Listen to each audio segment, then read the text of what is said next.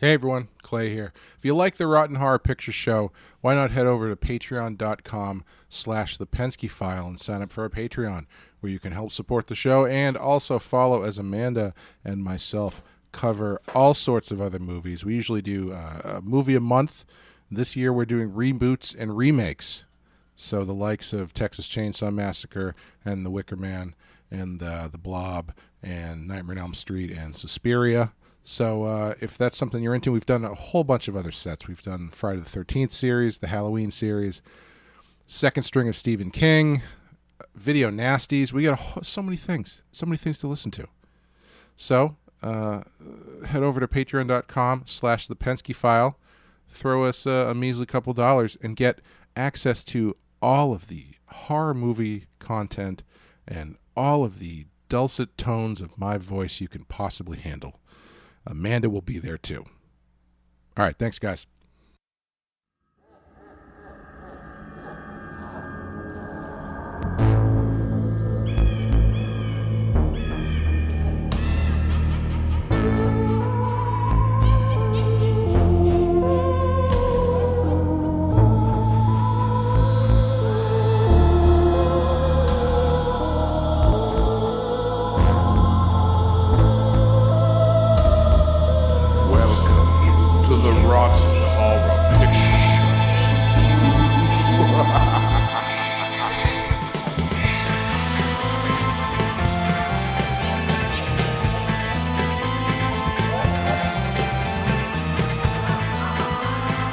Hello, welcome to the Rotten Horror Picture Show, the horror movie podcast, where we talk about films off the Rotten Tomato. I put my accent on the wrong word and it screwed me up. I was Rotten Tomatoes? I was trying to change it up, give it a little bit of William Shatner flair, but apparently it just screwed me up there. Where we talk about films off the Rotten Tomatoes 200 Best Horror Movies of All Time list. My name is Clay, and with me, as always, except for the last episode, is Amanda. How are you doing, Amanda? I'm doing well. I feel like one of us should have started this with the "Well, hi there." What is that in reference to? Did you not notice during this movie there is a character who says that like 7,000 times? Oh, is there? I thought because I give you too little credit that you were misquoting the Obi-Wan Kenobi line, which is "Well, hello there." That's the Obi-Wan Kenobi line. It actually is. Yeah, it's like when they did the Obi-Wan show, it was like, when is he going to say it? When's he going to say it? Like people were waiting for him to say it. He said it in like the last episode, like he was saying, "I am Batman" or something. Ah, I see. Maybe you give me too much credit. That's what people have been saying, and I didn't want to relay that on air, but here we are. That's what the public thinks? Yes. Yeah, thanks.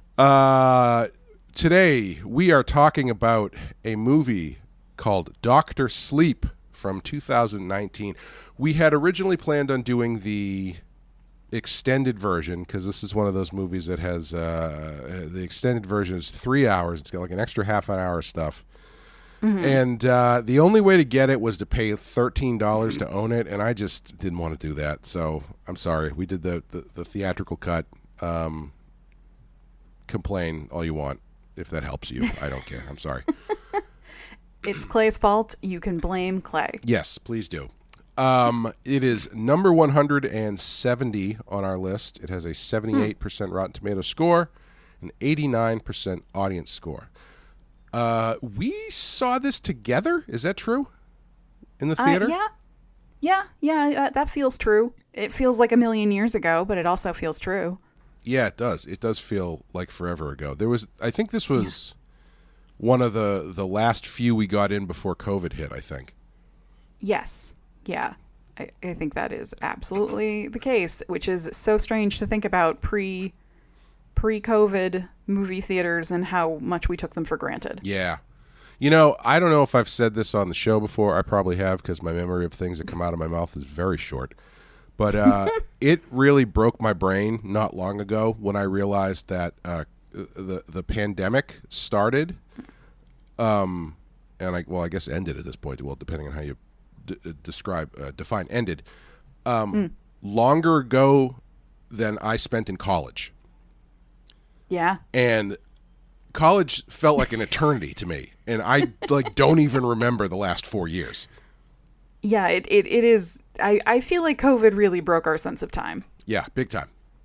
Yeah. And with that in mind, I don't know why, segue. So, had you read the book? Because this is based on a Stephen King book, obviously, of the same name. And I knew the book was coming out, and I immediately was like, no, thank you. And then I heard they were making the movie, and I was immediately like, no, thank you. What was your... To the movie, too? Yeah. Well, before I saw it, anyway. Yeah. We'll see if that opinion has changed.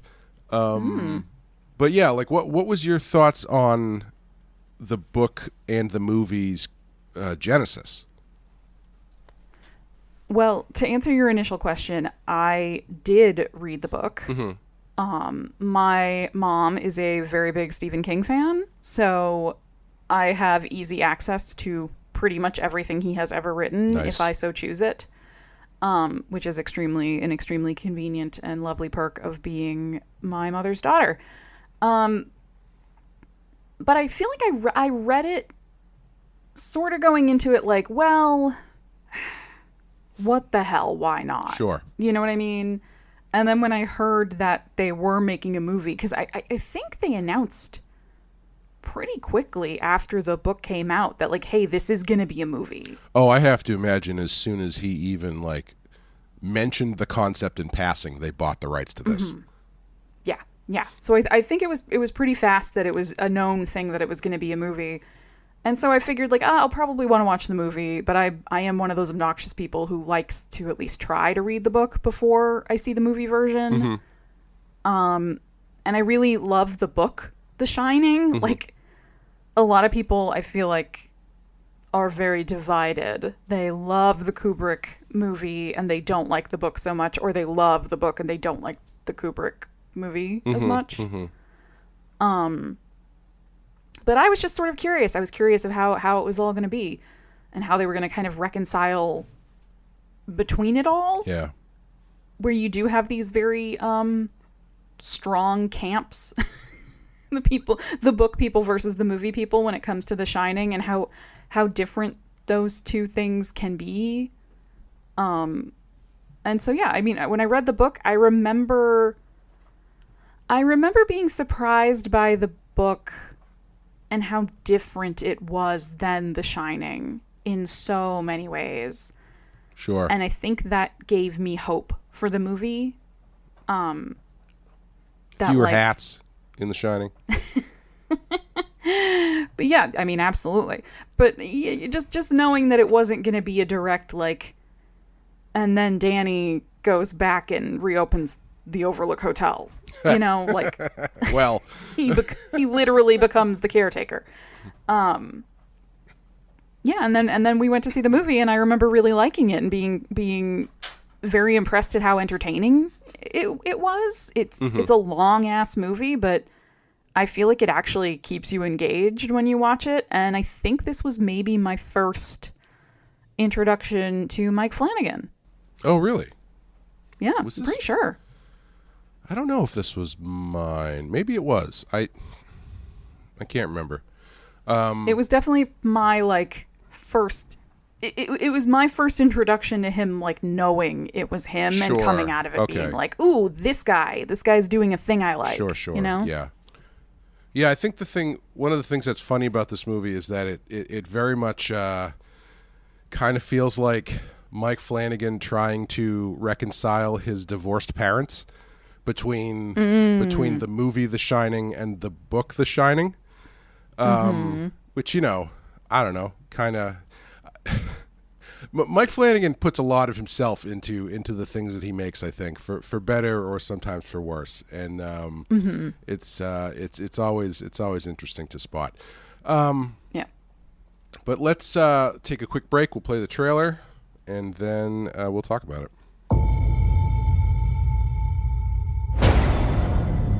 When I was a kid, there was a place.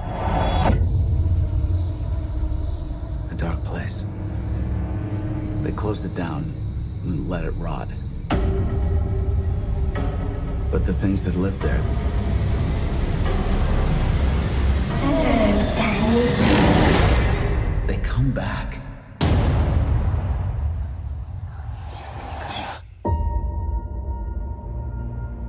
Not many ride the bus this far north. You're running away from something?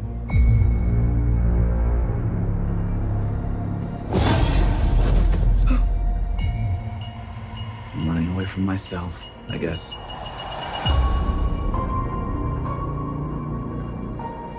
Hi. You can hear me. You're magic. Like me. I don't know about magic. I always called it the Shining.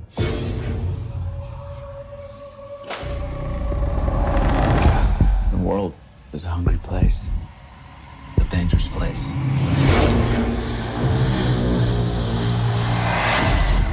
These people, they hurt people like us. These empty devils, they'll eat what shines. And they've noticed that little girl. Well, hi there. Get out of my head! Get out! I haven't felt power like that in so long. They're coming. Where are we going? There's a place.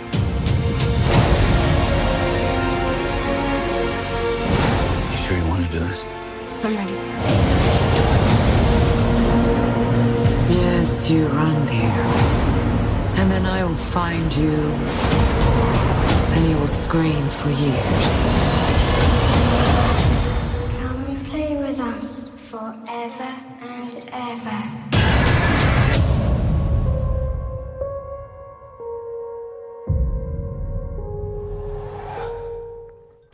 Dr. Sleep from 2019, directed by Mike Flanagan, written by Mike Flanagan based on the novel by Stephen King, starring young Obi-Wan Kenobi, Lady Jessica Atreides, Kylie Curran, Cliff Curtis, Ben Tramer from Halloween Kills, the Giant from Twin Peaks, and like everyone else who's ever been in a Mike Flanagan movie or TV show, except for his wife, because he didn't find a way to, sneak her into this one.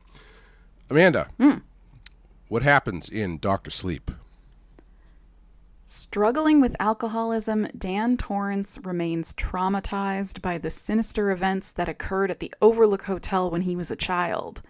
His hope for a peaceful existence soon becomes shattered when he meets Abra, a teen who shares his extrasensory gift of the shine. Together they form an unlikely alliance to battle the True Knot, a cult whose members try to feed off the shine of innocence to become immortal. Well, not really. Did she ever say that they would become immortal? No. So they would live long and eat well. Semantics. Well, Clay. It's very important. It is very important. Some things you'll find in Dr. Sleep include gratuitous Bruce Greenwood. Always happy to see Bruce Greenwood. He, I have really come to like him as an actor over the years. I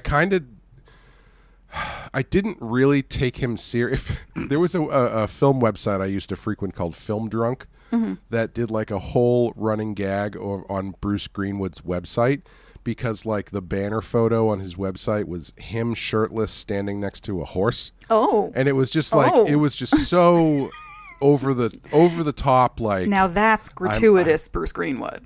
Yeah, exactly. And so I kind of always thought he was a little bit full of himself, but he is a really good actor. He's great as Captain Pike in the Star Trek movies. However, I think his absolute tour de force was in Mike Flanagan's Fall of the House of Usher. Oh, He yeah. plays Roderick Usher, and he is fan-fucking-tastic in that thing. Yeah, he's amazing. He's I think one of if not the best actor in that show. Yeah. But he's worked with Mike Flanagan a few times. He was in Gerald's Game. And is he in one of the other shows? I can't remember if he's in one of the other shows or not. I cannot remember off the top of my head. He might have been in... was he someone in Bly Manor? I don't think so. Yeah, I can't remember. Anyway. Well, you'll also find Danny Lloyd coming out of retirement. Yes, you wouldn't recognize him because he's not 8 years old now. Yeah. But the scene at the baseball park when there's the person who is talking about Bradley being someone who can seemingly read the mind of the pitcher is in fact Danny Lloyd, the actor who played young Danny Torrance in The Shining, who had not acted in like 40 years or something. Oh, wow. Well, good for him. And you can tell. Oh, mean. No, I'm just kidding. He's fine. You'll also find Teeny Town or the Derek Zoolander Town for kids that don't read good. And would like to do other things good, too. Yeah. How are they going to learn to tell the time if they can't even fit in the clock tower? Great question. Yep. Homoerotic soul shotgunning. Yeah. That's a lot to meet someone and then do that. I was really curious how you were going to expand on that phrase. Yeah. It's not something you see outside of college too much these days. Yeah. Soul shotgunning? Yeah, no, it's only on campuses, really. After COVID, not too many soul shotgunnings happening anymore. Not too many shotgunnings at all, hopefully. Yeah, well, let's not do that. Yeah, let's not dive into that. You'll also find inaccurate AA. Yes, because they use their full names. Yeah. Yeah. Yeah, it's Alcoholics Anonymous. It's not the second A if you use your name. Right, it's taking the A out of AA. I've always wondered, and maybe this is a reason why they don't do this, I guess. How do people who are known to the public, like celebrities, go to AA? I guess they must not. It must be something more specific. Because, like, you can't...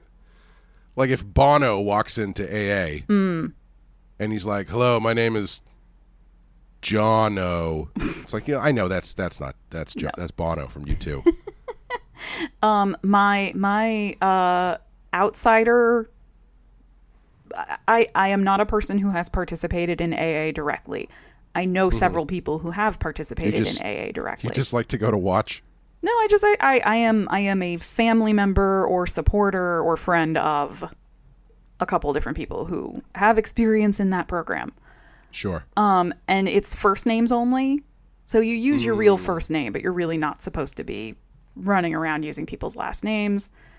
And there's kind of like a cultural agreement of like it's just not cool to, like, if you see somebody in the meeting, if you run into them in the grocery store or they happen to be your neighbor from down the street, but they don't approach you about it, you don't approach them about it, kind of thing. Gotcha. So it's more of like a courtesy, like, you know, like a philosophical choice everyone is making to kind of give each other the privacy as best they can. It's not like a Simpsons thing where it's, let's say, Lisa S. No, wait, that's too obvious. L. Simpson? Yeah. H. Simpson, I think, would be more likely. That's true, yes. Well, you'll also find in this movie hat-based hierarchy. Yeah, lots of hats. I started wondering whether or not it was some sort of ranking or officer system. Magician's hat, leader. Yes. That's the captain. Fedora. Commander. Yeah. Floppy fedora, old. And then, you've got your berets and your fezzes. All the way down to baseball caps, which are food. That's true, yes. Speaking of which, you'll also find high-tech vampire soul thermoses or the next line of Stanley Cups. Yeah, I did find it funny. You and I and a friend of mine, Travis, were watching this, and we all kind of had the same thought at the same time when they pulled out their steam furnace, which was like, what is the canning process? Yeah. Where does this come from? Yes. What is this thing? Like, the decanting is fun. I get the visual and what we're doing here, but it puts in so many questions about, like, how do you who came up with this design? And then especially when later on in the movie where it turns out that she just burps it in. Yeah.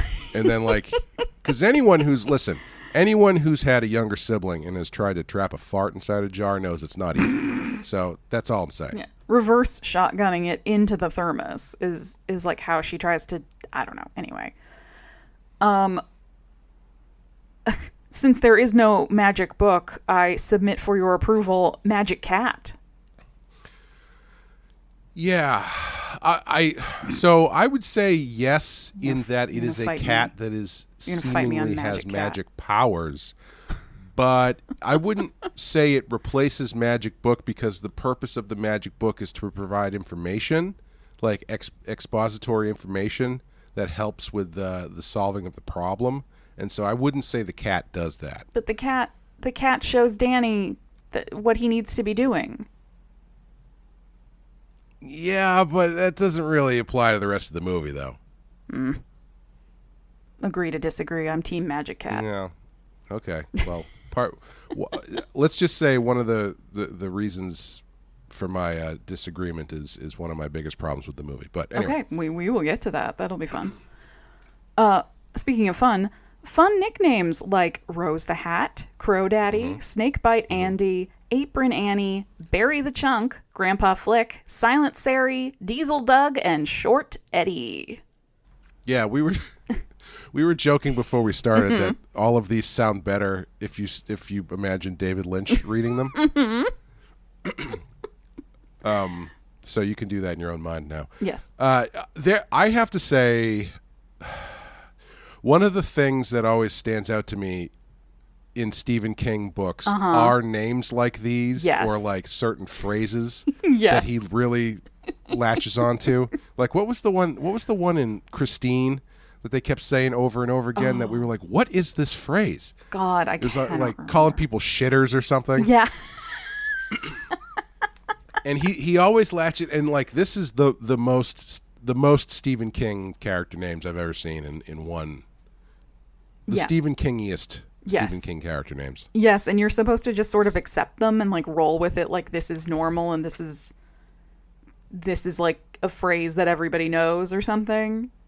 Yeah, and it's even funnier that apparently it's just something that Rose the Hat does when she meets you. Yeah. It's just like, I'm not going to, you know what? Yeah. From now on, your name is Barry the Chunk, fatty. Well, you know, spoiler for the book, but that's not Barry's name in the book. Oh, it's not? It's not. It's, if you change the vowel in chunk, his name is Barry the Racial Slur. Oh, interesting. Okay. Yep. Just going to drop that little bit of information on everybody and then see if you all go read the book now. All right. Interesting. To continue our things you'll find, you will also find child neglect, child abduction, child abuse, child torture, child murder, and child consumption. Yeah, I was kind of disappointed we couldn't work in a child murderer or a child murderer, but yeah, close. What's her name? Steamboat Andy? Yeah, Andy the snake biter. She's youngish. I guess she kind of works, right? I hadn't thought about it. She's well 15. Supposed to be 15. She's 15, but at that point, a bunch of years have passed, so that's true. Less of a child. But now you're getting into vampire logic as far as ages go. I mean, we're gonna have to, right? Because they're soul vampires or something. Yeah, I mean, like, is it appropriate for a vampire who is 300 but looks 17 to date a vampire slayer who is actually 17? No. There. I solved it for everybody. No, it's not. Fair enough. Yep. And last but certainly not least on our list of things you'll find is questionable parenting. Oh, yeah. Oh, yeah. Harkening back to the very first questionable parenting we ever covered, which is Stanley Kubrick's The Shining. Okay, so this movie is, how do you feel about this movie? I want to let you go first before I start going. before you come out with a really strong opinion and color the waters too much? Yes. Fair enough. I like this movie. I think this was maybe the third or fourth time I've watched it ever. Definitely at least the third. I always enjoy this movie and feel like it's really well done. But I don't have, like, very, very strong feelings about it. Do you know what I mean? Mm-hmm. Like, when I saw it in the theater with you and some of our friends when it came out. And then I actually think during COVID, I was like, oh yeah, that movie. Like, kind of want to rewatch that. It's been a couple years. I'm curious how it holds up. Mm-hmm. And I rewatched it and I was like, oh yeah, it still works. It has its strong points. It has its weak points, but it still works. I find myself consistently engaged watching it. Mm. And I kind of came away the same way when we watched it the other night. I think maybe by this point the seams are starting to show for me a little bit.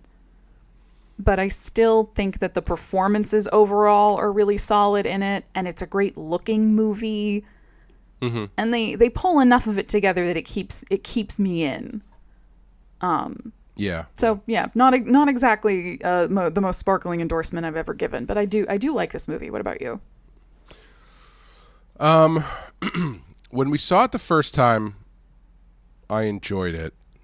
But I had some issues with it, and I hadn't seen it since then. And watching it this time, I came away, honestly, not really liking it. It really doesn't do much for me.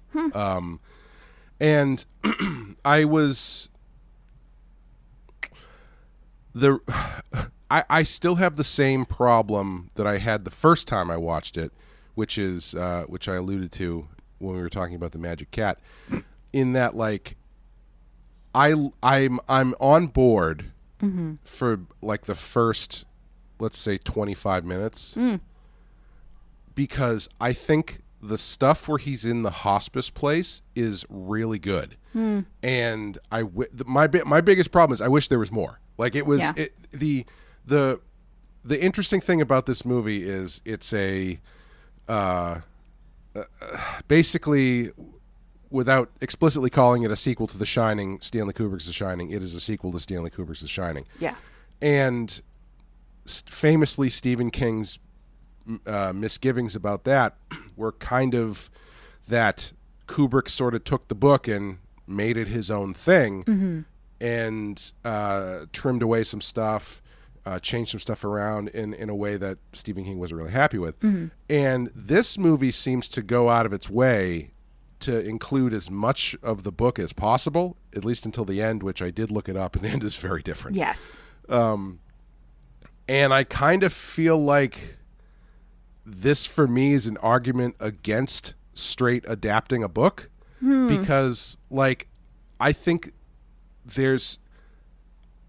I guess I don't really vibe with the vampire stuff that much, and I'm so much more interested in Danny Torrance.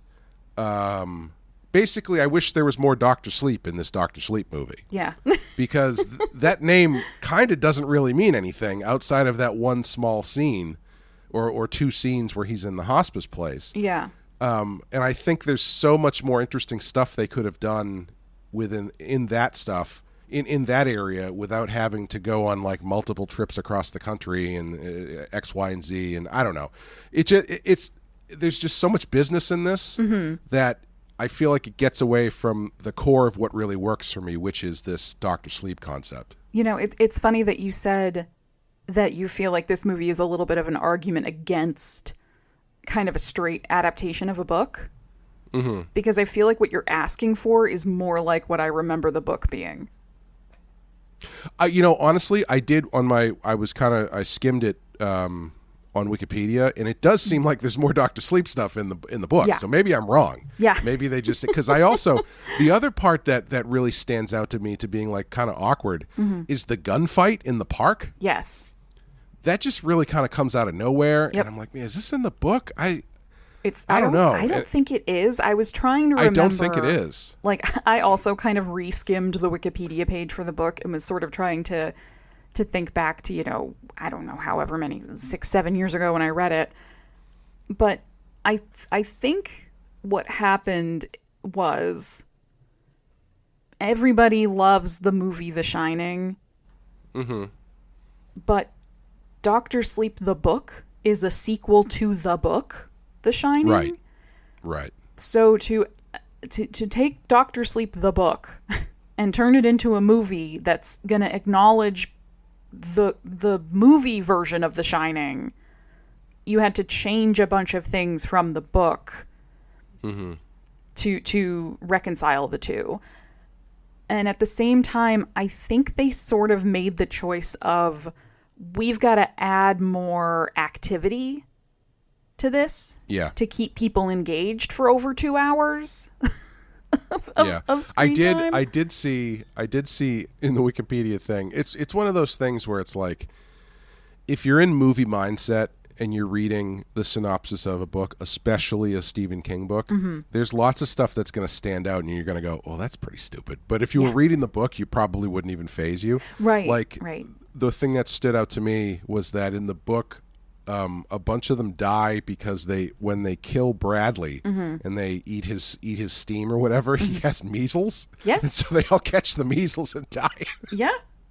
Like, okay, that's not the most cinematic thing I can imagine. I guess I understand why they changed it to, what if they all have guns? Right. What if there's a national park campsite gunfight? Yeah. Yeah, because this is in my notes too, just like specifically about that change as well, where the thing is, like, in the book, it's kind of emblematic of and it's actually, in my opinion, kind of fascinating to think back, because I forget when the book came out, but it was long enough ago now that it's interesting how prescient it was in this one thing, I think in a lot of ways, where the thing with Bradley, the baseball boy, having measles is his parents didn't vaccinate him. Oh, really? Oh, okay. I'm pretty sure. Somebody is going to be like, I read the book and that's not true, Amanda. But I'm pretty sure the whole thing is that, the true knot has been able to survive kind of based on like herd immunity to stuff. And this is this weird thing where we've started to come back around where, times are changing and people's attitudes towards these things are changing and they're not prepared for it.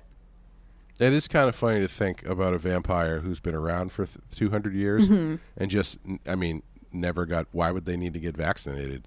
Right. And then they come into contact with measles and yeah. Like modern day measles. Yeah. But again, it's not cinematic, so they have to change it, and they can't. I feel like in the movie, there's the difficulty of you're trying to walk a line between how much do you show through Abra's powers or Danny's powers versus how much do the characters actually have to go do stuff and see stuff. Right. Because I think, when you're watching the movie, if everything is just them sitting in a room and then casting their senses outward and imagining things or viewing things remotely, it's kind of inherently less tense because they're not in like physical danger. And so I think the movie tries to actually put them in more dangerous situations by having Danny like, driving back and forth and having Abra kidnapped and all of this different stuff. Yeah, it does in its attempt to do that. It does set off a lot of my pet peeve storytelling alarms, which another one being the fact that Danny and Billy drive to Iowa from Maine to get a baseball glove and then drive back to Maine and then down to New Hampshire, and then the girl gets kidnapped and then they start driving somewhere, and then after all of that they drive to Colorado. Yep. It's like, okay. This is no preparation. A lot of movement. Yeah, seems like a lot of unnecessary movement that's not moving the story so much. I mean, technically it is, but it takes too long for me to get into that. But yeah. And the other one is, well, what should we do in this scene where they have a confrontation? Okay, what if everybody has a gun? Yeah. And then it turns into a gunfight. It's like, oh, okay, that's at no point before this have you established that the True Knot use weapons. Right. Right. And everybody's packing? I don't know. Like I buy it coming from Billy, like Danny's friend who's there with him, because he, even as they're digging up the baseball boy, he tells a story about how he used to go hunting and all of this different stuff. And it's like, okay, yeah, if you told me Billy has a couple rifles he keeps in the truck, fine. I buy that. But I don't buy that the True Knot all have handguns physically on them. Yeah, it was just a little, like, especially since the rest of the time they seem so kind of granola-y, for a lack of a better, explanation or descriptor. Not to keep doing the "well, in the book it's whatever" thing, but in the book they are supposed to be like, I think the phrase that King uses in the book is they're the RV people. Mm-hmm. And he kind of is describing them as those people who are the types you would see in RVs and at RV parks, at campgrounds, where they're middle-aged or older and they're kind of frumpy and fuddy-duddy, and like this is what they do all the time, is they just kind of drive around in their RVs and they go from campsite to campsite, and they're not supposed to be like young and sexy or older and strange and mysterious. They're supposed to look kind of like the folks you'd run into in line at the grocery store. They're supposed to be very, very unremarkable physically. Well, then they did a bad job casting Rose the Hat. And Crow Daddy. That's true, yes. Yeah. Very good-looking people in that group. That's interesting. It feels like Stephen King had a bad interaction with some RV people on vacation or something, and then took it out it's on like them in once he form. started splitting his time between Maine and Florida. Just like, yes, ugh. yeah. Well, anyway. Yeah. So, yeah, it's. I don't know if this works for me overall. There are things that I was surprised that I liked. Chief among them being, I actually really like the recastings they do. Especially casting Pod Show favorite Alex Esso as Wendy Torrance. Yeah. Alex Esso, the lead from Starry Eyes, which I believe was our first Wild Card movie we did. Yes, it was. She's fantastic. She's got the voice down, and honestly, when they do that, when they were getting towards the end, I was thinking, oh man, I'm glad that they didn't like do any recreations of stuff. And then as soon as I thought that they cut to him axing through the door, but honestly, she looks and sounds so good, you would not even know if you weren't paying attention that wasn't just Shelley Duvall. Yeah, there's a scene, I think it's earlier in the movie when it's definitely earlier in the movie when Danny is sitting at the bench by the seaside, and he's talking to Dick, and after they have their little psychic conversation, and he I think Halloran says, "We better get you back to your mom," and then you hear her yelling Danny. Yes. And the way she is saying it, and then the camera angle turns and she's running from the little apartment building or motel or whatever across the street, and her run, like with the way her arms move when she runs, it's so perfect that it feels like a scene that was cut from the original The Shining. Yeah, she nails the voice. Yeah. Like it's so interesting to me when you see movies or anything where someone has been cast as a very recognizable actor or performance. That didn't make sense, but you know what I mean. Yeah. And there's always, you can always key in on like one phrase, which was like the anchor phrase for them to do the impression or the performance. And hers was clearly yelling Danny. Yes. Like once she got that cadence down, like that's the anchor. Like the one that always stands out to me, there's two that stand out to me. These are two very different movies. In Austin Powers, The Spy Who Shagged Me. Okay. Rob Lowe playing number 2, young number 2.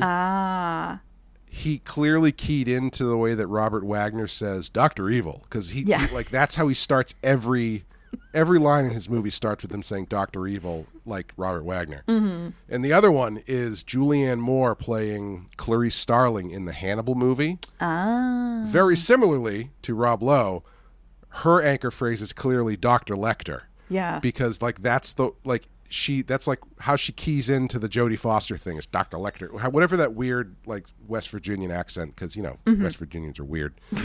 Coming in hard against the West Virginians. Jeez. Hey, it's mining country. They're tough people.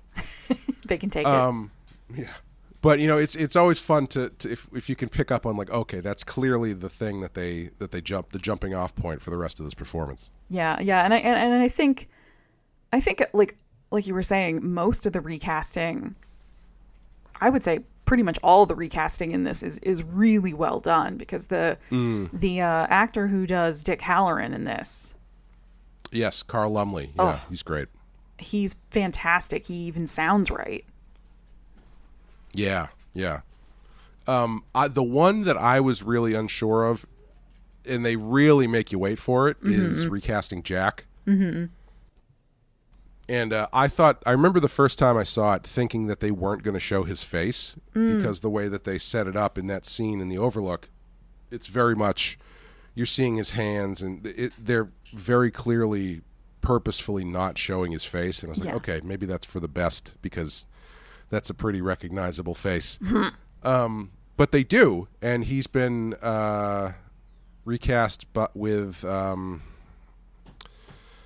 I don't have it in front of me. Henry, the kid, Henry Thomas. Yes, the kid from E.T. and various other Mike Flanagan films and shows. And they've like approximated the Jack Nicholson thing without going too far over the edge with it. And I heard Mike Flanagan talking about it, and what he said was, and I thought it made enough sense, which was, the Overlook is kind of an approximation of things anyway. Like if you think back to The Shining, the person who appears as Delbert Grady is very much not the person who's described by the owner of the hotel or the manager. So like it makes sense that there would be some blurring of the edges a little bit. Yeah. And I was like, all right, that's good enough for me. And I thought he was pretty good. Yeah, I also my like personal interpretation to kind of reconcile all of this a little bit in my own mind is that you're seeing both Wendy and Jack from Danny's point of view. Yeah. So that you're works. kind of seeing like his remembrance of his parents less than the real thing. Yeah, especially because he says in the movie his dad died when he was 5. Is that what he says? Yeah. So, it could look, the image of his father in his own mind could be very different from what he actually looked like. Right, exactly. Yeah.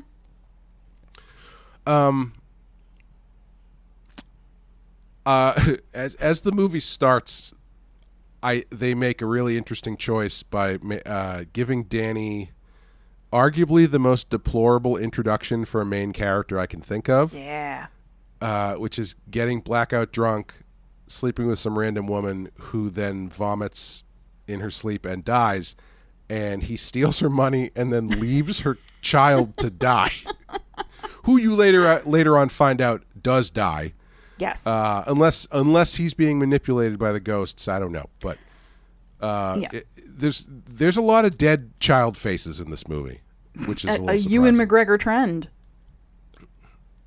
What's the other one? Trainspotting. Oh, Trainspotting, yes. Yeah. Got quite a repertoire of dead baby movies. Yeah. And I think it's it's really ballsy that they go so far with his introduction and showing how low he's sunk. And the one thing that he says at AA that I thought was really interesting was that he talks about understanding a parent that he never really knew through their shared inherited addiction. That's a really interesting concept. Yeah, I think that's a very true to life concept too. Yeah, like, definitely, yeah. If you don't have if you didn't get to grow up with that parent, you even subconsciously, you kind of reach for anything that's gonna give you a connection to them. And so even if you're generating that in a negative way, it's still satisfying some part of your brain or some part of you emotionally that wants to feel closer to that person that you didn't get to have.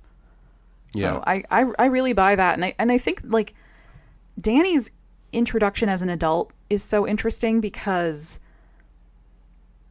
I don't think he realizes she's dead. Yeah. Yeah. I think he's so fucked up and he's so wrapped up in his own addiction and his own, you know, he wakes up and he's grossed out by the vomit next to her in the bed, and then he himself is immediately sick, and then he doesn't really want anything to do with her anymore. Like he's the shame of the night before is kind of overwhelming him, and he just wants to get the fuck out of there. And he's pissed because he feels like he had money, and he's blaming her, like, oh, she spent it, that's probably how we got the coke.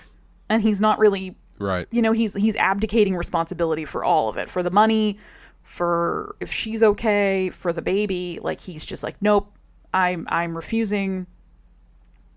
I'm just gonna put the kid here, the crying baby will wake her up, I'm taking the money because I feel like it's owed to me, and I'm getting the fuck out of here. And it's very much like addict behavior of just wanting to kind of divorce yourself from all of it and abdicate any responsibility and get the fuck out.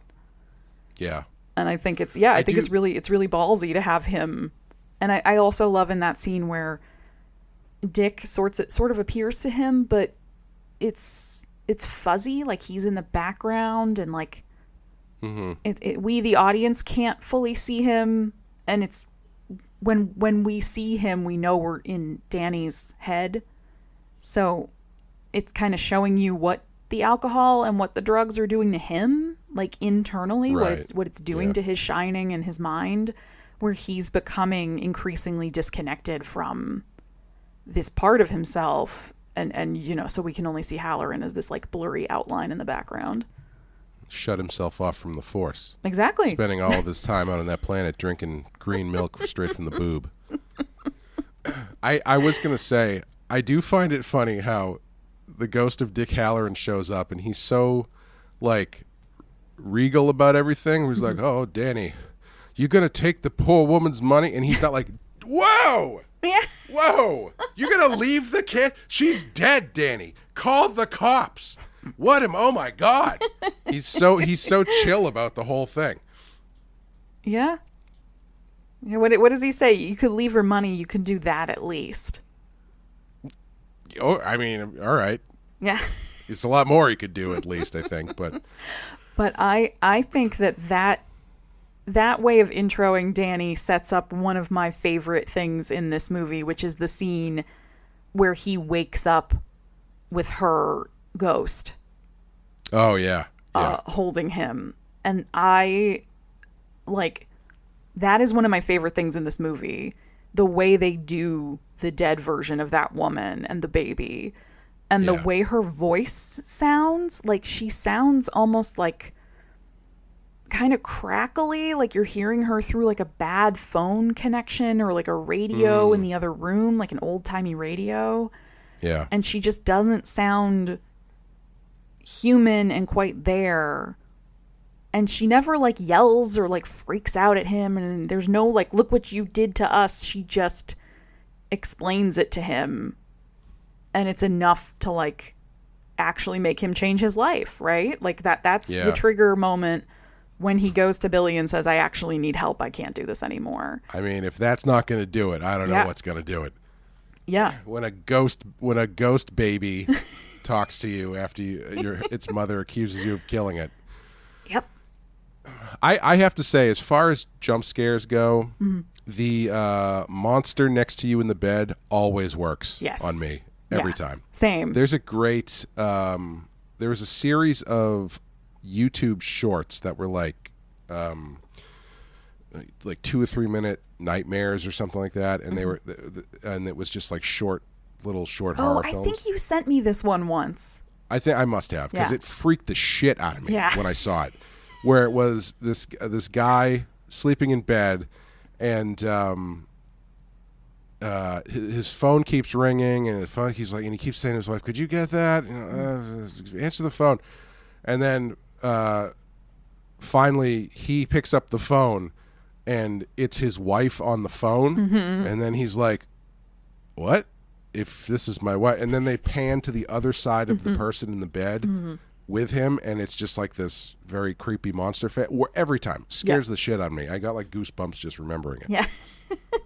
It's like there's that great all the like urban legends and scary stories used to tell each other as kids to freak each other out. There's this great one that used to go around, I hope it still does, about the girl whose like parents, she's like a teenager, like a young teenager, and it's like for the first time her parents have let her stay home overnight by herself. And she's at home, and like she goes to bed at night, and she's alone in the house, and it's dark, and she's hearing noises, and so to comfort herself through the night, she reaches down and lets her dog lick her hand, and then throughout the night it like keeps she keeps hearing things, and weird shit keeps happening, but she won't get out of bed. She just keeps letting her dog lick her hand, and when she wakes up in the morning, the dog is dead. Ugh. But something has been licking her hand the whole night. Yeah. Yeah. But who was phone? Yes. I love those stories. And I think they're pretty good. This movie tries to kind of work some of those types of things in here. I wish there was more of that kind of thing, though. Like, because you get the, like we're saying about, him waking up next to the vision of the woman that died. And then we have the magic cat that knows when you're going to pass away. And like, you sort of get, we edge towards those almost like urban legendy or sort of more traditional ghost stories. But then this movie layers on top so much of the stuff about like, here are all the different shining powers you can have. Yeah, it gets a little bit. It starts to get really complicated. Hard to follow with that stuff. I do like that apparently it's a rite of passage as a child to go into the bathroom and I guess beat the shit out of the old lady ghost. Yeah. They just go in and close the door, and then after that it's like, she won't be haunting anybody anymore. Yeah. Yeah, so how do you feel about the true knot in this whole concept of these? I don't know. Are the true knot also is this something any person with the shine could do if they so desired? They could become a vampire. Like, so are these shiners? Those who shine, who are just bad guys? Shiners, or are they like not Shriners. They're not Shriners. Wearing the hats. I was going to say that would explain the hats if they were Shriners. And the little cars. Yeah.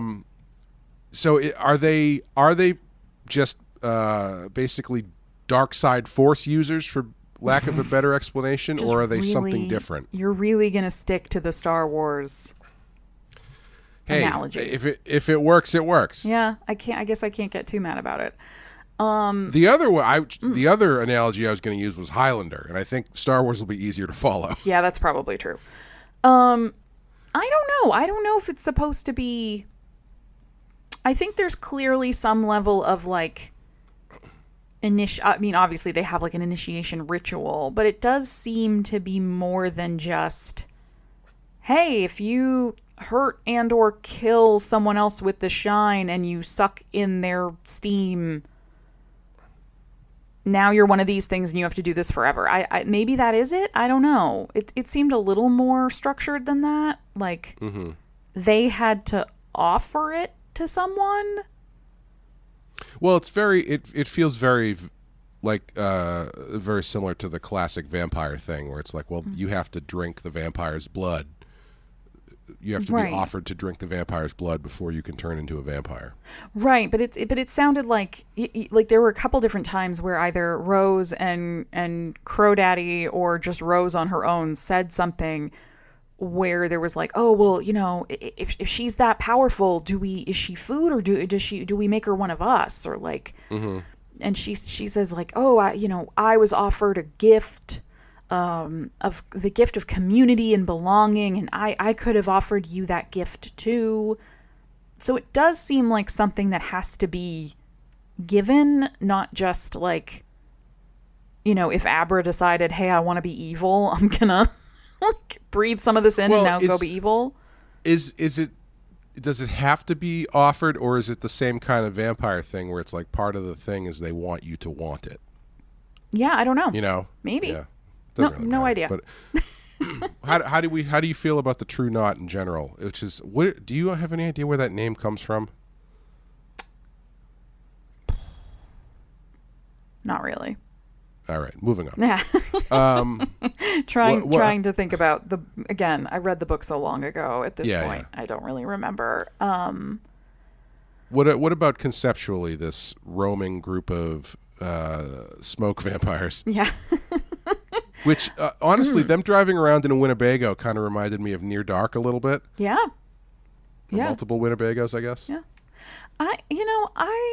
I kind of get it. Like, I think that there is a connection, at least thematically, of if, as The Shining proposes, there can be hungry places, then why couldn't there be hungry people or hungry creatures, Like, if a location or a spirit or a force at somewhere like the Overlook Hotel can feed on the Shining energy, then why couldn't a human do that too?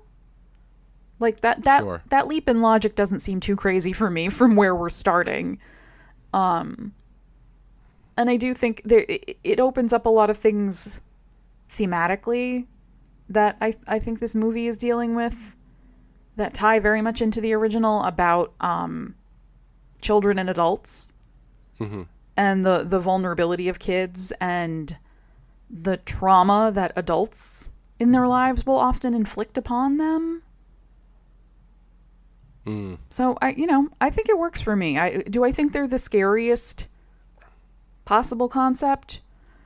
Probably not, but I think it's more interesting to have them be people with their own free will and their own plans rather than just try to recreate, like, yeah, let's send them to another haunted place that likes to eat kids. Sure. Yeah. Yeah, I think I like it conceptually.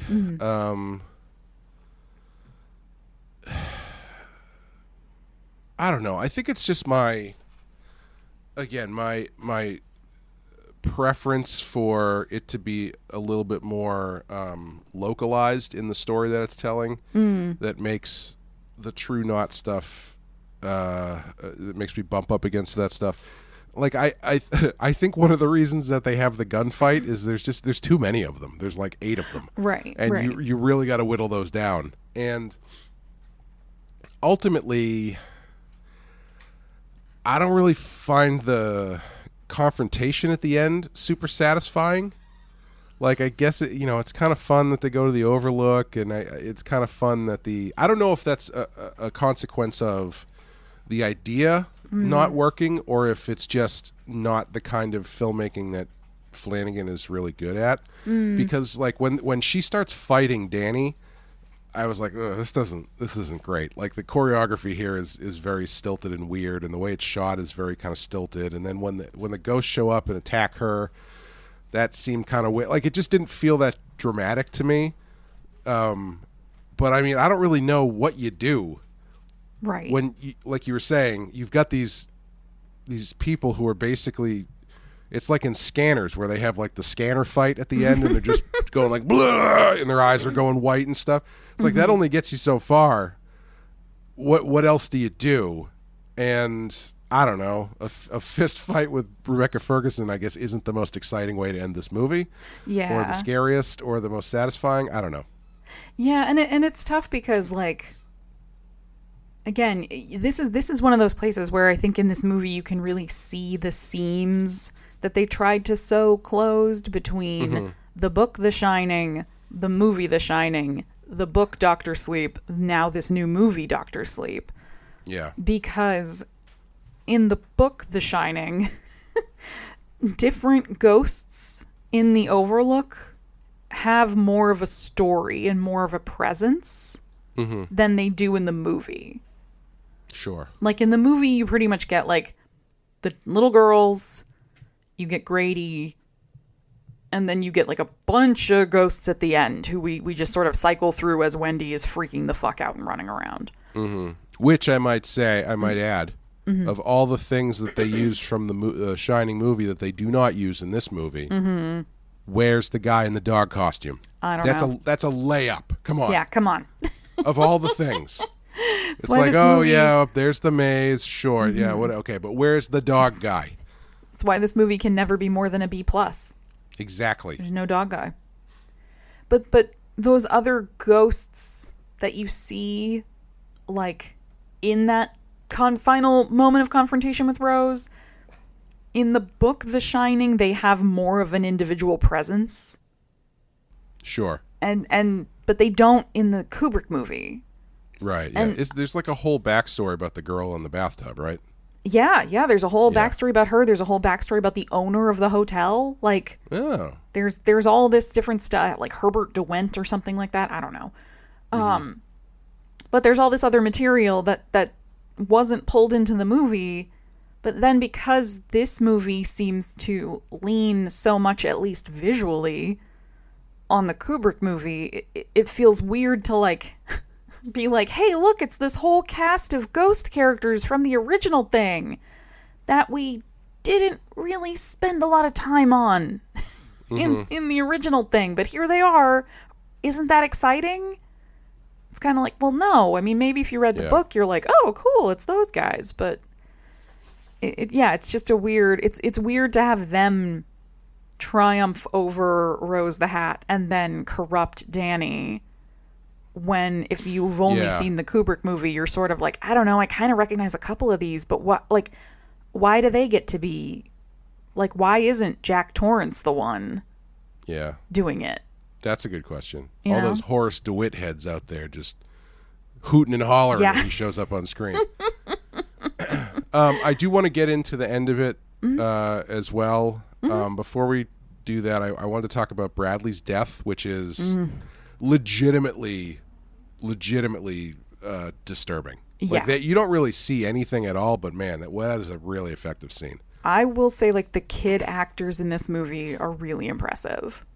Yeah, they're all really good. Yeah, the girl who plays Abra, I think, is excellent, but the boy who plays Bradley, like, the way he cries, like, I've heard the little kids in my life, like, the way he's kind of crying and saying no at first, like, I have heard a kid do that when they're really genuinely upset. That sort of, like, talking through the crying and, like, gasping at the same time, and that, like, genuinely distraught, like, and it's so upsetting, and he does it so well.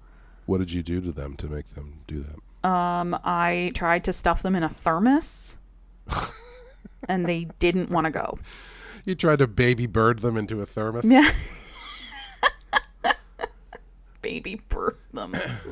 Yeah. Apparently, when they did the first take of that, Jacob Tremblay, who was the kid who played Bradley, was so disturbing that he freaked out everybody else in the scene, including Rebecca Ferguson, who couldn't get her lines out because she was so unnerved. Oh my God. And then when they called cut, he jumped up with a big smile, high-fived his dad, and then went to the craft service table for a bagel.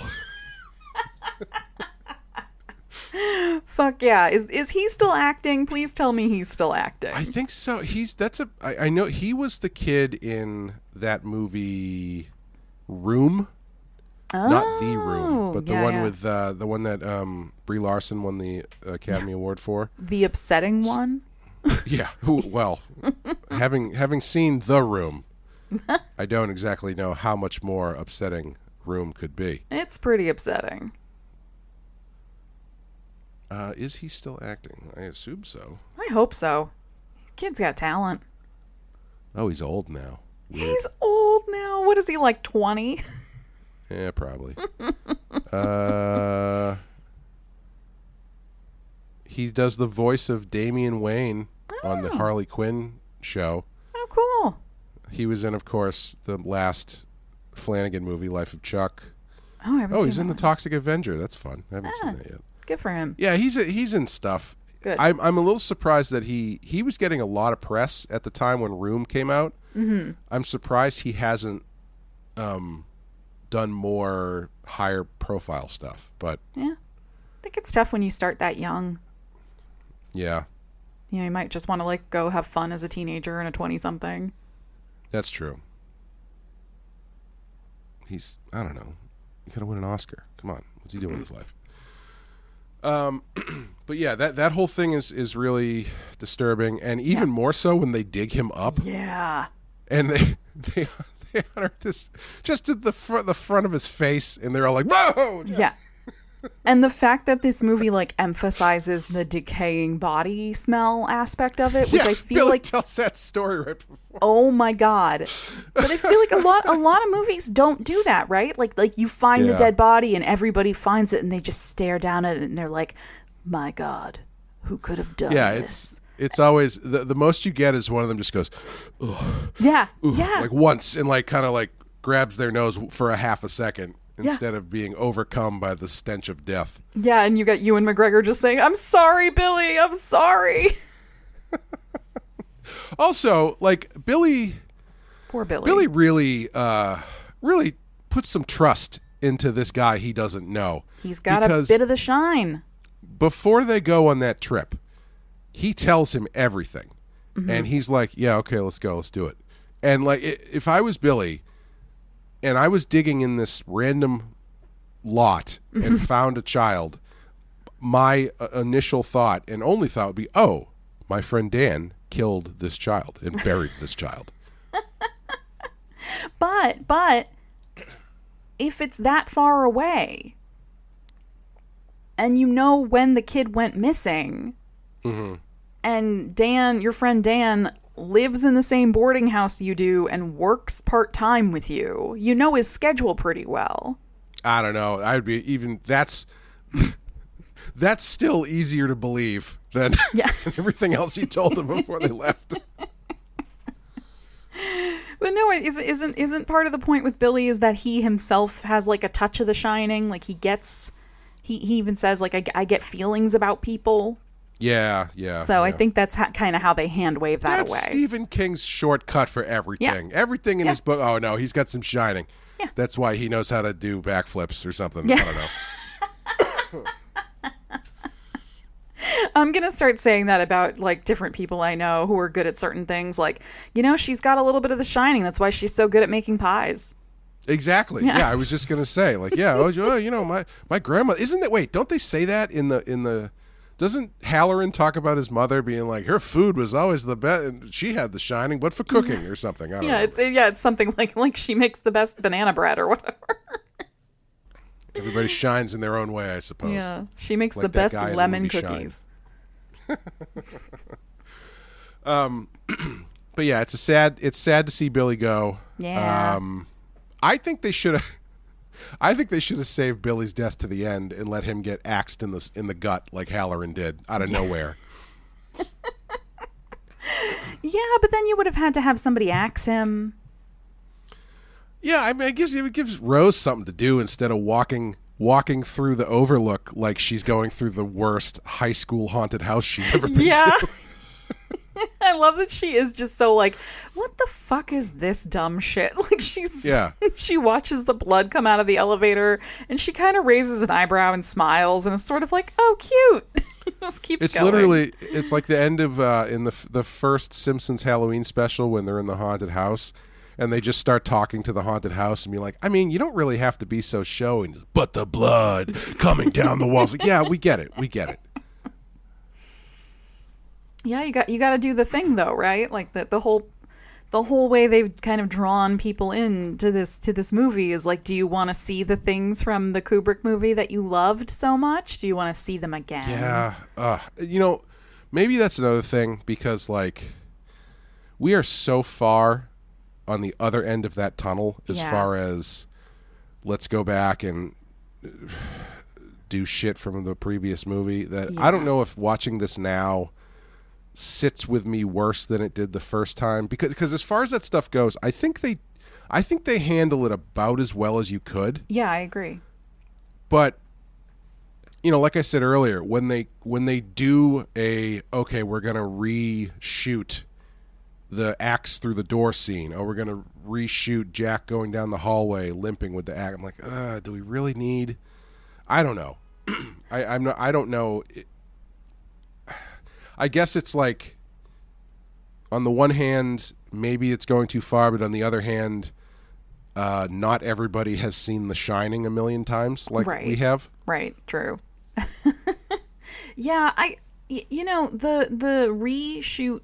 reshoots or kind of like fill-ins from, we're going to jump back in time and we're going to look at what happened to Wendy and Danny in the recent aftermath from surviving at the Overlook. Like, we're going to show you a glimpse into their lives then, and then like we're going to show you a quick cut of Jack axing through the door while Wendy's trapped in the bathroom screaming.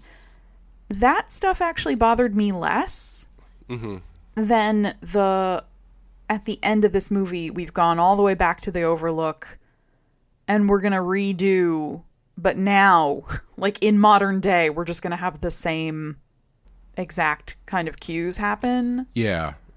Like those ones kind of grate on me a little bit now, but I think you're right. You made a very good point that when this movie came out in 2019, I think we were still kind of riding the height of the wave of this kind of stuff. When it still felt like fun and maybe even interesting to see, like, ooh, like they're going to go back to this thing from so long ago. Like, how are they going to do it? How is it going to be? Like, I think our tolerance for that kind of casting backwards, I don't even want to call it nostalgia. I think we had a higher tolerance back then. And I think now that trend has just become so pervasive and so inescapable that we're all a little bit drained on it. So I definitely think I judge it more harshly now than I did when it came out. Yeah. And what's interesting about this specifically is, did you see the Ready Player One movie? I think maybe like, I feel like, I don't know, maybe Greg was watching it on a plane or something, or that for some reason, the whole Ready Player One thing, from the time that book came out till after the movie had done its thing, I was just so not on board with it, like immediately. Oh, yeah. Could like could not care less. Yeah, was not for me at all. So yeah, I have glimpsed parts of it. Well, I watched it. I think I don't know. I put it on while I was working or something a number of years ago, and it came out the year before this. And there is a pretty sizable sequence in which they go into the Overlook from The Shining. Huh.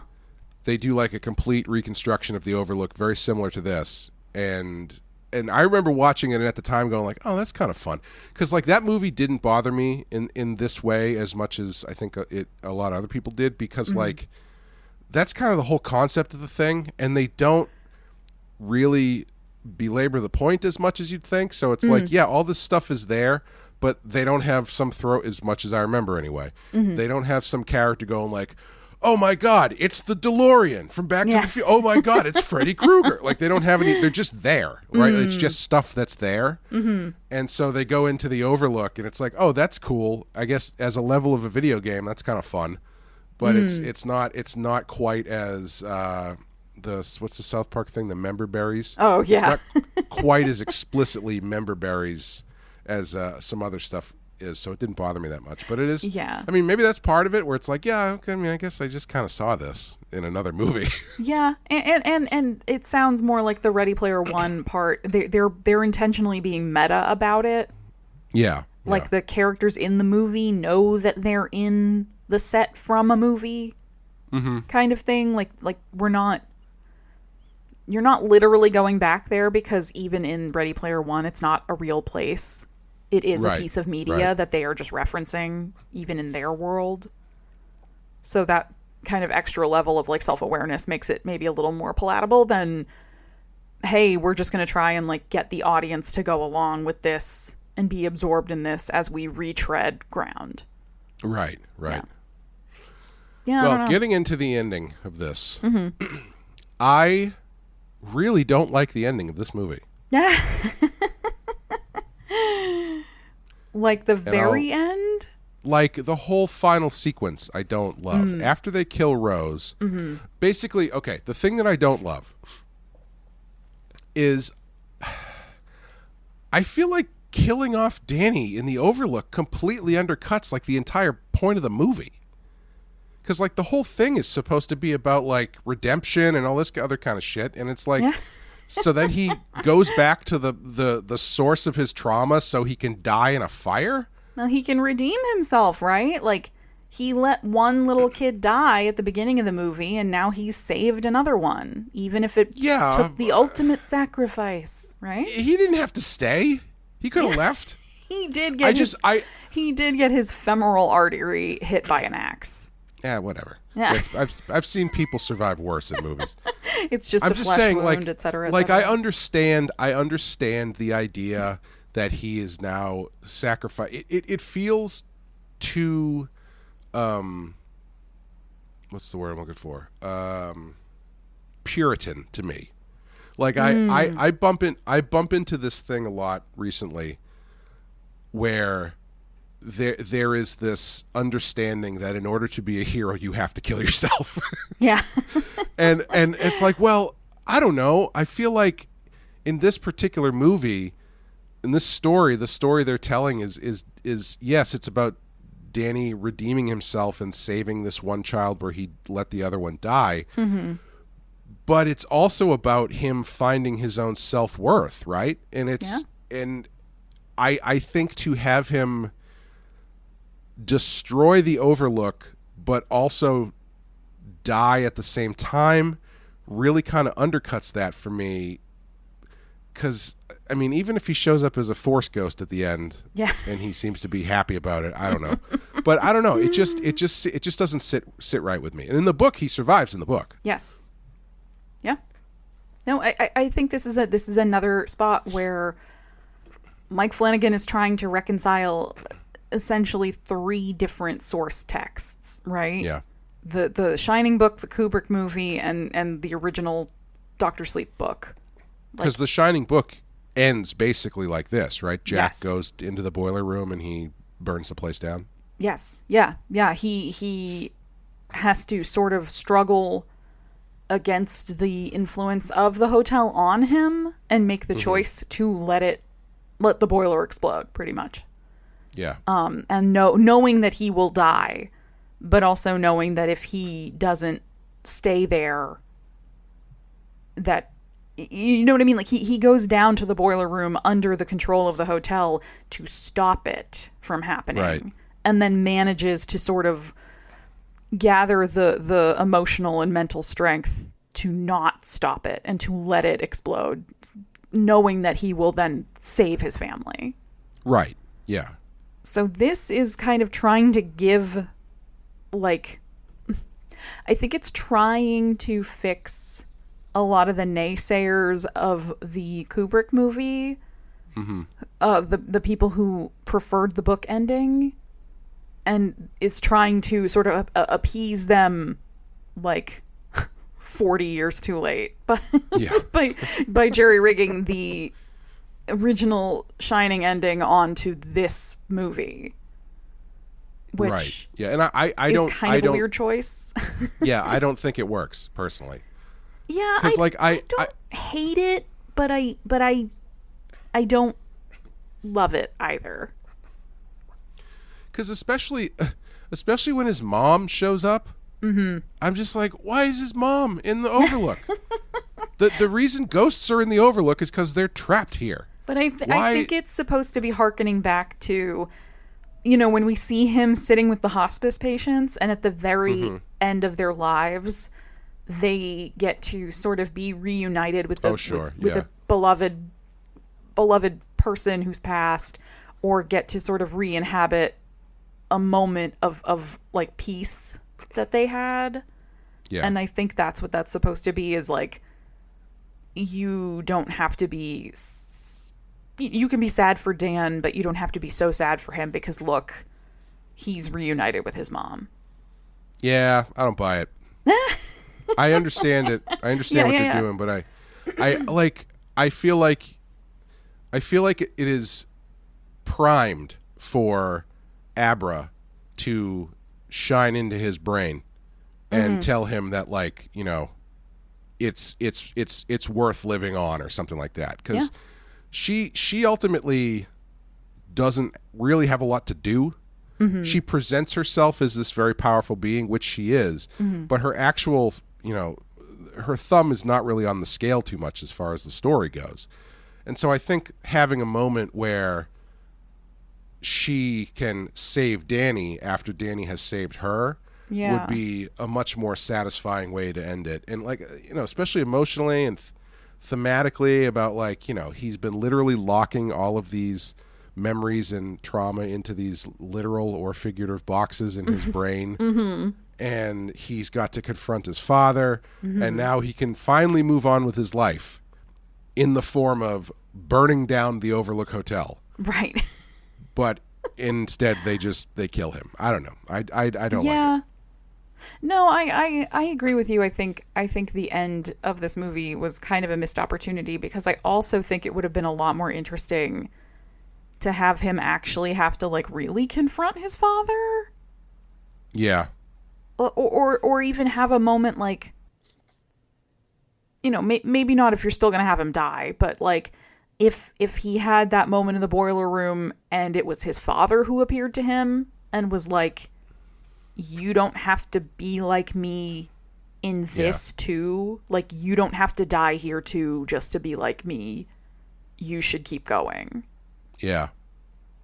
It would have been, you know, I get what, like, I do feel like in a lot of ways they tried to use this movie to fix a bunch of the stuff that either fans didn't like about the prior pieces of this little mini franchise, or that King himself didn't like. Because I think, you know, one of the notorious things, and I know we talked about it when we recorded our episode on The Shining long, long ago, was that King did not like the way Kubrick changed the portrayal of Wendy, especially. Right, yeah. And he thought it was very misogynistic, and it really offended him the way he felt like Kubrick kind of stripped her of agency and power and strength as a character. And I think this movie is trying to put some of that back on Wendy. Yeah, definitely. And I think that's part of what this ending is trying to do, of, like, by showing her at the very end with Danny, it's like she has been his guiding light this whole time, and, like, she has sort of been the source of the strength that's allowing him to, like, make this extreme sacrifice. Yeah. Again, I'm not saying that I think it works, but I kind of think that's what it's trying to do or say. I just don't know if it's the most satisfying way to go about it. It's not. Well, thanks for joining us, everyone. Clay says, bad movie. Wah, wah. Apparently it did take some convincing for Stephen King to let them make the movie in this way, where they go back to the Overlook for all those reasons. I guess he said after he saw this, basically all of his problems with the original Shining movie went away. So I guess it was successful in that area. As to, a great audition. Yeah, for Mike Flanagan to say to Stephen King, you should let me keep adapting your stuff. Yes, yeah. Apparently, too, one of the things in the trivia that I think is really funny is it's not exactly worded like this, but it basically was like when they were going to make the movie, when Flanagan said he wanted to go back to the Overlook, like the Overlook of the first movie, Stephen King didn't want them to do that because he preferred the miniseries that they made, and Mike Flanagan had to basically tell him that nobody watched that. Yeah. way more people like the movie than they do the miniseries, Steve, unfortunately. Not my mom, though. My mom loves that miniseries. She's not on the show. But The one thing I was missing from this was at the end when Abra, her mom is like, "You coming down for dinner?" She's like, "Yep, just one more thing." I was really hoping she was going to go back into her room, and it was going to be one of those, like at the end of Labyrinth, where all of the goblins and stuff are just in her room, and then they all dance to David Bowie music. That would have been a fun way if it was just like her, naked ghost lady, dog face, bloody head guy, just all grooving to Magic Dance. You wouldn't have liked it if it turned out that she had the sort of Kaiser Soze bad guy turn, and she goes back up and puts on Rose's hat. Only if she pulled a rabbit out of it. We didn't even talk about the mother. The mother who was talk about a character with no agency. Holy shit, dude. Who just Abra explains everything to her, and she's like, "Oh, yeah. Okay, well, dinner's in 5 minutes." Yeah. Well, she's a little more connected to everything in the book, let me put it that way. Sure. And she's actually played by the girl who is the lead in House of the Devil, which we covered way back. Yeah. I would never have pegged that. No, I didn't. She looked familiar, and I looked her up, and that was the only reason I knew who she was. Yeah. I am really happy that Mike Flanagan seems to kind of catch some of these more niche horror actors. Mm-hmm. Like I love, again, I mentioned Alex Esso at the beginning, but she's been in I think 2 or 3 things with him since then. And she's great. I hope he keeps using her as long as possible. Absolutely. Yeah, so that's the end of... Oh, so in the novel, apparently Danny is actually Abra's uncle because his father had an affair with Abra's grandmother. That's what I was hinting at with saying that the mother is more tied into everything in the novel. She is Dan's half-sister. I understand why they cut that one. Yeah. That's a little bit too much. Yeah. I don't know. That's another one of those things where it's like in a book probably doesn't even faze you. But if you're reading a synopsis with your movie brain on, it's like, what? Well, I think it's falling, to continue all the Star Wars analogies where it's like, well, if Abra has the Force so strongly, she has to be related to somebody who's powerful in the Force, right? Honestly, make it make sense. That's kind of what I think the book. You know what I mean? It's like that same logic of we have to explain why she's so powerful with the Shining, and how could she and Danny both be so strong? Oh wait, they're related. Get it? Well, what that only brings up more questions for me, which is Jack Torrance the Anakin Skywalker of the Shining world? Is he the most powerful Force being in the world or something?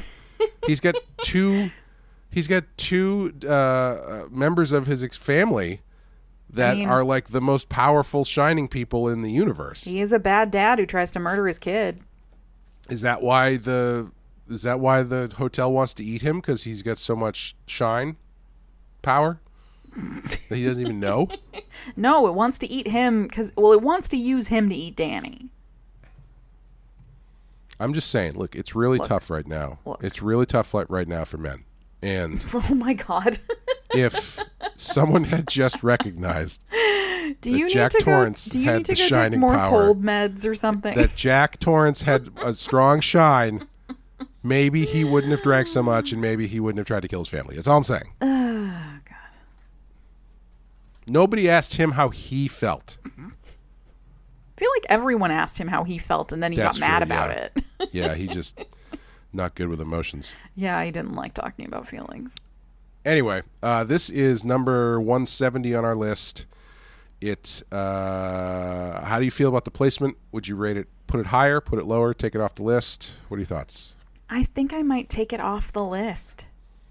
Yeah, I think so. Me too. It again, I actually enjoy this movie for all of its kind of weird, living in this in-between, trying to reconcile all these different things.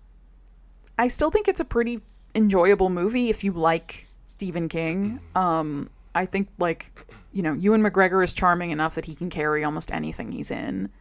Yeah, I don't like his American accent, though. Really? Yeah, something about it rubs me the wrong way. I'm not sure what it is. That's really funny that you're just like indiscriminately like, nah, no, don't like it.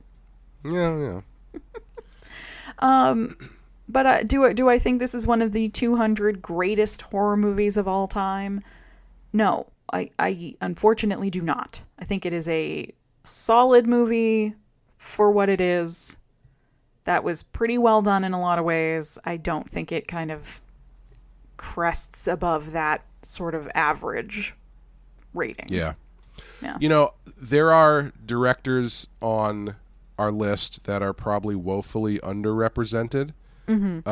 Mike Flanagan might be the most overrepresented because I love the stuff that he does. Same. But the movies of his that are on this list, let me just pull it up here so I'm not talking out of my ass. Dr. Sleep. Is that the only one now? Oh, never mind. I take it back. Apparently, that's the only one now. It used to be. They took Gerald's Game and Ouija and all that off. Yeah, Gerald's Game, which is good. The sequel to the Ouija board movie, which must be incredible. You know, it just like I think it was a little bit weighted towards him having his moment when we started this with his Netflix shows and whatnot.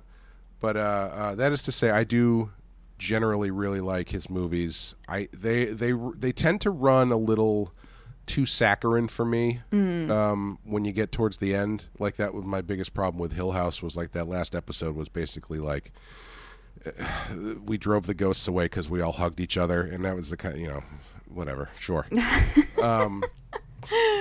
See that stuff doesn't actually really bother me that much. I kind of like. I don't know.